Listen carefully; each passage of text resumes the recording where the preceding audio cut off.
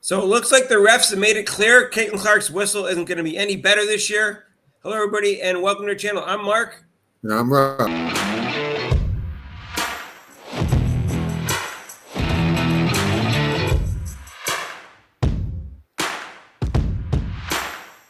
So, hey, if you haven't subscribed to our channel yet, please do so at the notification bell when you do so you get notified of our next video. And join us for Kaitlyn Clark's crossover. That's tonight, Monday, 6 to 7, and Thursday, 5:30, 6:30 Eastern Time, respectively, except for major holidays. We will not do it on Labor Day and Memorial Day. So, Rob, as in my opinion, and I know I'm a Kaitlyn Clark fan, but I think I'm pretty objective about this. Kaitlyn Clark got the worst whistle I've ever seen a basketball player get. I think Juju Watkins has got the friendliest whistle I've ever seen in women's basketball. Maybe not in men's because James Harden and other people, some people think Michael Jordan did. But I think Paige is coming into the league. I have no idea what kind of whistle she's going to get, but it won't be as bad as Kaitlyn Clark's. I know rookies get worse whistles than veterans. I think it's a silly rule. But what Kaitlyn Clark did, it was way past what the rookies got, Rob. It was awful. She got ticky-tack fouls called on her, and all sorts of fouls against her weren't called, and all sorts of fouls that should have been flagrant fouls weren't graded as flagrant fouls, and all sorts of things. Everything was wrong. And even the Fever in general, Rob, I thought got bad calls in terms of compared to other teams. They were just straight up horrible, Mark. Not just for we focused in on the Fever and Clark, but overall they did a horrible job for everyone in the league. Everyone was complaining. Even in the finals, both teams were complaining. The Lynx were complaining about the fouls that weren't called against the Liberty. So their overall calling of the game, refereeing of the game was horrible last year, and I don't see them getting any better. No, supposedly they set up, give them additional training and all sorts of stuff. But unless you fired a decent percent of those refs last year, they're not going to get any better. That's training isn't the only problem. That's just part of it. It's being objective as a ref, being fair as a ref, not playing favorites towards certain players and non-favoritism towards other players. And I got the impression that's not what was going on last year. They weren't being objective. I know your dad was a ref for 25 years and you did it for a few years. And I'm sure they try to, instill that in you about being objective and being fair and not being overly friendly with some players and not hating other players. But I don't think it worked last year with the refs in the WNBA, Rob. Well, we also got graded also, Mark. But as you said, you go to refereeing school and you come out supposedly with the knowledge of the rules. But then what I believe happens, which I'm pretty sure with our referees, you kind of like take it into like a personal thing where, like you said, maybe you don't like a particular team or even a player, which you should not do as a referee. You're out there just to, like you said, be objective and, call the game the way you see it. But I know for a fact that some referees didn't like a certain player. And if they didn't like a certain player, they're going to call it a lot tighter on that player or on that team, or didn't even like the coach. I got thrown out of the game. I didn't even know this referee, Mark, when I was coaching in the playoff game, women's game. I got thrown out. I didn't even swear I didn't say anything to the referee that was wrong. He just had it out for me. I even asked the other coach, like, what did I do? I just said, that ball's ours. And he called technical. Then the next call, I said, that's our ball. And he called another technical. I was like, and Rob, you're pretty easy going, so that's kind of surprising. I know that people can have personal agendas against players. We know of a famous incident where Clyde Drexler got 2 quick technicals in a playoff game, and that ref kicked him out. And Clyde Drexler's pretty easy going. And guess what? That ref never reffed another playoff game in the NBA. David Stern said, I'm not having this. It's not about you. And you got my star player out. It wasn't even the second technical he did not deserve. And it was too much. And so that's what they have to do in the WNBA, Rob. When refs have agendas like that, they got to either fire them, suspend them, fine them, retrain them, not let them do playoff games. Whatever you got to do, there has to be a penalty for this. And unfortunately, about 75 to 80% of the refs seem to have it out for Kaitlyn Clark in the WNBA last year. That's a lot of refs to fire. It was I don't have a solution for that. She was already getting harassed by players and not getting the call. But it seemed like it was a trickle-down effect right to where the referees were just right in front of her, were not making a call. They were either like, I don't know what they were afraid of. I didn't get it, Mark. I don't know what their agenda was. But, right. I mean, the call, the players right in front of you, And what are you afraid of? Like, okay, I don't want to make too many calls for her because people might say I'm favoring her, but then they pulled to the opposite, and they didn't favor her. So obviously they didn't care what was said. Either way, I don't think they would have cared. So I didn't understand what their deal was. Right. And I could give you 100 examples, and people have already seen them, so that's why I'm not showing them, in terms of Kaitlyn Clark getting tic-tac fouls, and more importantly, obvious fouls right in front of a ref where he just swallowed their whistle and getting technical fouls that other people didn't get technical fouls for, and things of that nature. So here's the problem, Rob, is that this league doesn't make a lot of money, so they don't pay the refs a lot. So in terms of the pecking order, it appears to me, from the research I've done in terms of how much they get paid, they're fourth in the pecking order. You've got the NBA, you've got men's Division I basketball, and you got women's Division I basketball. Like in that order, third, and the WNBA is fourth. That's the pay order. So that's going to be the fourth best refs, Rob. That's just all there is to it. Until they make more money and they can pay them more than they pay at the college level, they're always going to be fourth as opposed to second best refs. Well, Mark, the thing is, the reason you got to go into the reason why you even want to be a referee.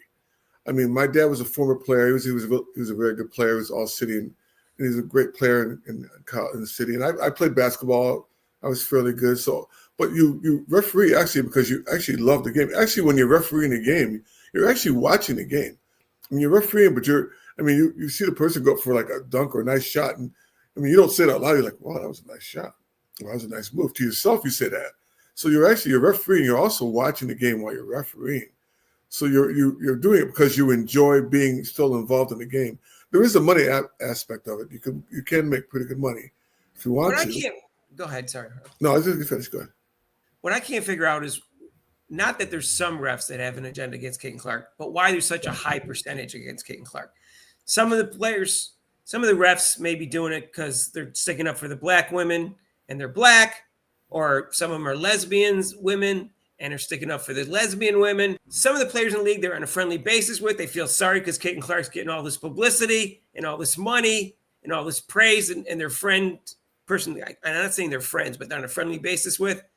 But still, I can see a little bit of that, but to the degree I still can't figure it out, Rob. It's still mind-boggling to me that there's that many refs in the league that have it out for Kaitlyn Clark. Mark, when I played high school and in college, the referees all knew me because of my dad. They would say, "Oh, they know my dad." So, but they didn't favor me with the calls. They just said they knew my dad, and I remember one even gave me a technical foul because I shoved the ref. So it's so strange. It's just that these referees, like I said, it's not a money thing because the NBA referees aren't that great and they get paid good money. No, it is a money thing, Rob, because they get graded. They go through a whole training program and then go through more of a training program. And the ones that become highest are eligible to get hired in the NBA.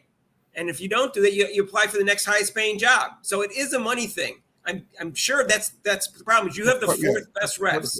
Yeah. So it is a money thing because if you get graded high, you're not going to go to the WNBA if they're going to pay you 3 times more in the NBA. You're going to take the NBA job.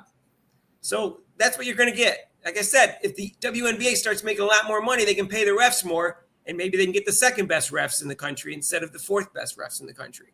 But I don't understand what they're hoping to accomplish by holding Kaitlyn Clark down, because they think they're doing a favor for the players that they're friendly for, or they relate to because of tribalism, but they're holding the league down because holding Kaitlyn Clark down holds the league down. So now they're friends with these people and they're making those players less money by doing what they're doing. Well, like I said, I don't understand why they're so afraid. Just referee the game. Don't even worry. You're not worried about you shouldn't be worried if you're not worried about not making the calls on Kaitlyn Clark.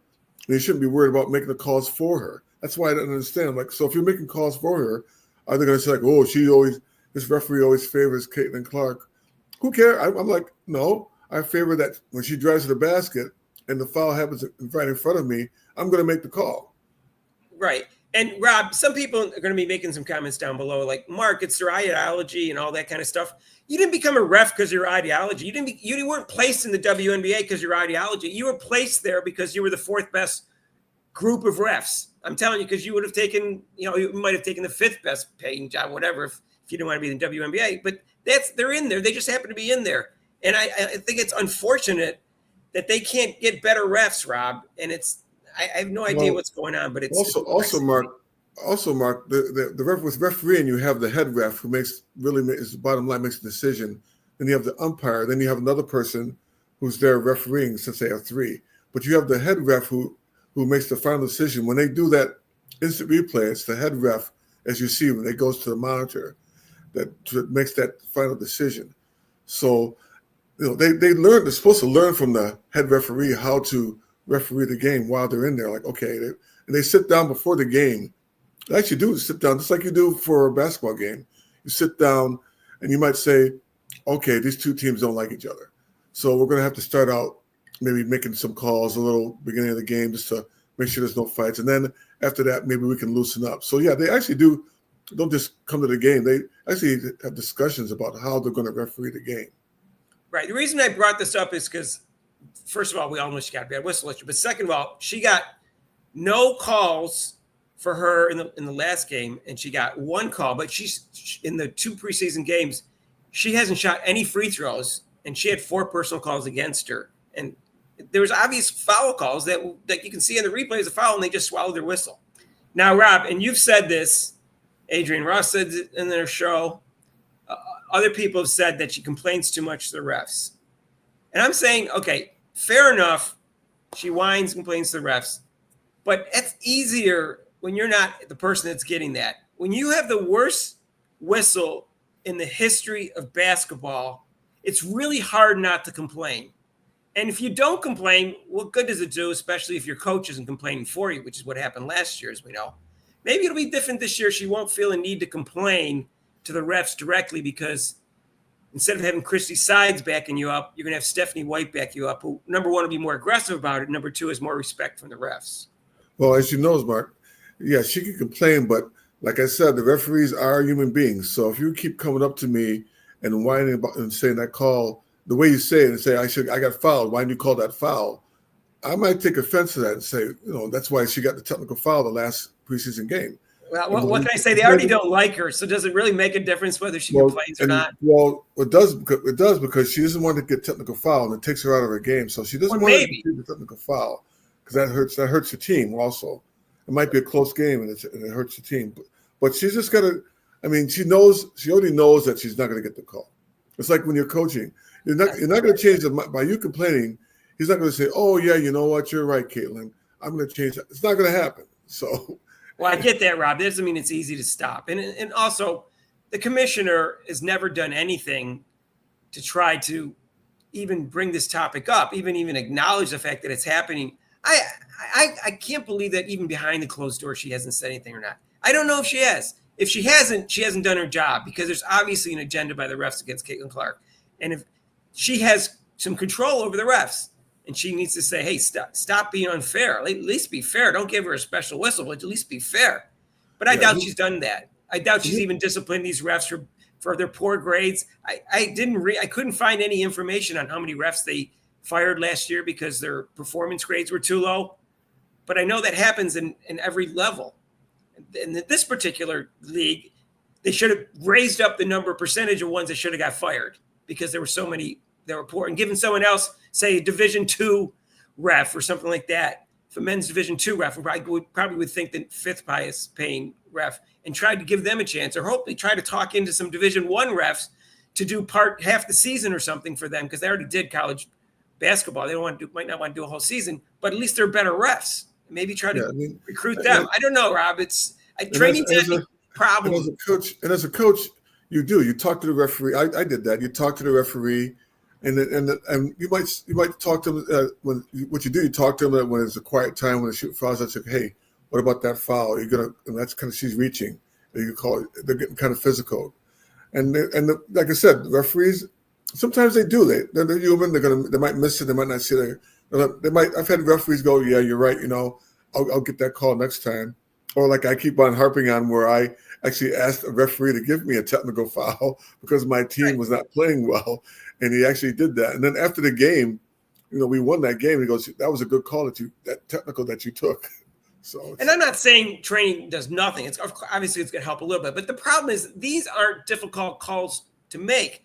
These are block versus charge call that nobody can get right in real time because they happen so quickly. We're talking about obvious calls where Kaitlyn Clark is driving to the basket. She gets hit in the head, clutching and grabbing and holding her when she's on there. Or in circumstances where she takes a 3-point shot and the person obviously lands in her space and hits her, and the ref's right in front of her and gives no call. That has nothing to do with training. That has to do with they have an agenda. They don't like Kaitlyn Clark. They don't want to give her any calls. And that's what the league has never acknowledged, and that's what Kaitlyn Clark haters will never acknowledge. This is happening, and I don't know if it's going to change this year, but I don't think she'll ever get a good whistle in this league. But maybe it'll be better year by year. I'm just hoping for that, Rob. Yeah, exactly. If it's happening right in front of you, come on. She gets hit in the head, and you're still standing there watching her clutch her head. What was it, a ghost? She was doing that for faking it? It was right in front of you. Just blow the whistle. It's okay. It's okay to blow the whistle. It's a foul. Yeah, so we'll see what happens this year, Rob. But it'll be a little bit better, but I don't have a lot of confidence it'll be much better. I don't either. I think she's always going to be on the short side of the whistle. Yeah. And, that influences her numbers. That influences her defense, Rob, because if she gets ticky-tack fouls against her, she can't be as physical with her player that she's up against as the player can against her. So it looks like she's like losing the matchup, but the other person has an advantage because she can be more physical than Kaitlyn Clark can be without getting a foul call. Well, like you said, Mark, and we kind of sort of not disagree, but we kind of agree with where it affects her offense. So now she's going to be, though she's driving to the basket, now she's like, well, if I drive the basket and I'm not getting the foul, why should I drive to the basket when I know I'm going to get hit and they're not going to call? Yeah, so there were times it's going to affect my time and it's going to affect my game. There were times last year, partly because she didn't have a floater and didn't have a stop and pop jumper, that she drove into the basket and said, oh, there's this tall, physical woman there. I'm not going to drive into the basket and get hit in the head and get no foul call. So I'll just do something more reasonable and smart. Go out there and pass it to someone else or take a jumper or whatever. And I think this year she's bulked up. Maybe she'll get a few more calls. Maybe she'll shoot the floater. But I don't think you're going to see that where she drives into the basket and then circles around like we saw last year. That was so funny. I saw that. I remember that. So let us know what you think down below. Do you think Kaitlyn Clark will ever get a decent whistle? I don't think so. We'll see. Think so. If you want, you can share this video with your family, friends, and acquaintances. And if you haven't subscribed to our channel yet, please do so. We're trying to get to 7,000 subscribers, and we need your help. By the way, if you're a current subscriber or a longtime subscriber, if we don't say this every video, of course, we really appreciate your support. Yes, thank you very much. I guess I could say it every video, but I think we really appreciate your support, and I just want to say that. Sure do. Yeah. And you can show your support by showing up for Kaitlyn Clark's crossover tonight from 6 to 7 and Thursdays 5:30 to 6:30 respectively. It's Eastern time, except for major holidays like Labor Day and Memorial Day. And it's like a sports reporter type forum. We have guest podcasters. It's really cool to talk about Kaitlyn Clark. If you want, you can donate to this channel with super chats, super thanks down below, and a link to PayPal. We'll see you in the next video. Peace out.